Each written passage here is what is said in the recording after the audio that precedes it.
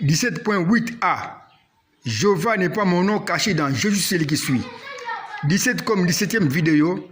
8a comme partie 8a de la vidéo. Jéhovah n'est pas mon nom caché dans Jésus celui qui suit. Voici un conseil. Pour voir l'image de la vidéo en grand format, veuillez zoomer ou toucher en bas de l'écran, mais à droite, le petit point en forme de croix, comme l'indique la flèche. Je répète ceci. Pour voir l'image de la vidéo en grand format, veuillez zoomer ou toucher en bas de l'écran, mais à droite, le petit point en forme de croix indiqué par la flèche. Bien sûr, tout dépend aussi de la marque du portable. La promesse de mon baptême et de ma mort dans le schéma de mon tabernacle, mais au jour de la fête des expiations. Au jour de la fête des expiations, appelée aussi fête du grand pardon, le sacrifice que nous avons dessiné en un au bassin d'eau était d'abord lavé avant d'être tiré en deux à l'autel où il va répandre le sang. Je répète ceci, au jour de la fête des expiations, appelée aussi fête du grand pardon, les sacrifices que nous avons dessinés en un au bassin d'eau étaient d'abord lavés avant d'être tirés en deux à l'autel où il va répandre le sang.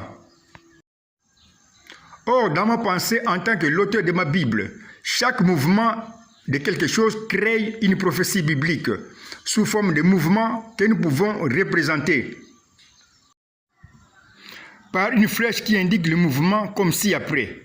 Nous voyons en bas la flèche qui indique le mouvement du sacrifice lavé au bassin d'eau. Or, cette flèche de mouvement a comme départ le bassin d'eau.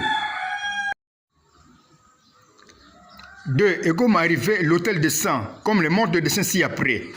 Nous voyons la flèche de mouvement du sacrifice lavé qui devient maintenant un signe qui unit le départ et l'arrivée, le bassin d'eau et l'autel de sang.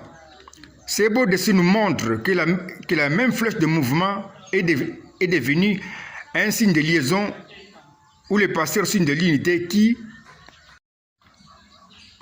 unit le départ qui est le bassin d'eau et l'arrivée qui est l'autel de sang comme ci-après. La même flèche unit le départ et l'arrivée comme ci-après. Nous voyons un schéma de prophétie qui montre l'unité des bassins d'eau et de l'autel de sacrifice par la même flèche qui est mise ici entre parenthèses. Nous avons trouvé un schéma de prophétie écrit dans ma pensée dans une langue inconnue aux anges qui apprennent ceci aujourd'hui ou qui écrit ma propre langue. Dans ce schéma de prophétie qui montre l'unité des bassins d'eau et de l'autel de sang, le bassin d'eau représente les eaux du Jourdain.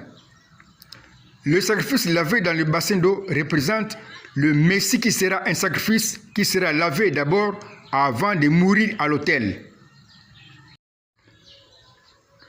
L'autel de sang représente l'autel de la croix. Alors voici la prophétie dessinée que nous lisons en bas, dans le schéma qui montre l'unité des bassins d'eau et de l'autel de sang. Nous lisons en bas. Le Messie sera à sa première venue un sacrifice qui sera d'abord lavé ou baptisé dans les eaux du Jourdain, avant de mourir à l'autel de la croix, où il va répandre le sang comme un sacrifice d'expiation qui meurt pour le pardon du peuple. J'ai donc promis pendant la fête des expiations, 1. Mon baptême dans le Jourdain, 2. Ma mort comme un sacrifice d'expiation. Si alors quelqu'un ose déclarer que moi le Messie n'était pas mort à la croix, le schéma des prophéties qui avait annoncé déjà mon baptême dans les eaux du Jourdain et ma mort à l'autel de la croix, ce schéma le déclare grand menteur et faux prophète que je vais alors dévoilez et laissez nu en ce temps où je dévoile tous les mystères qui étaient cachés.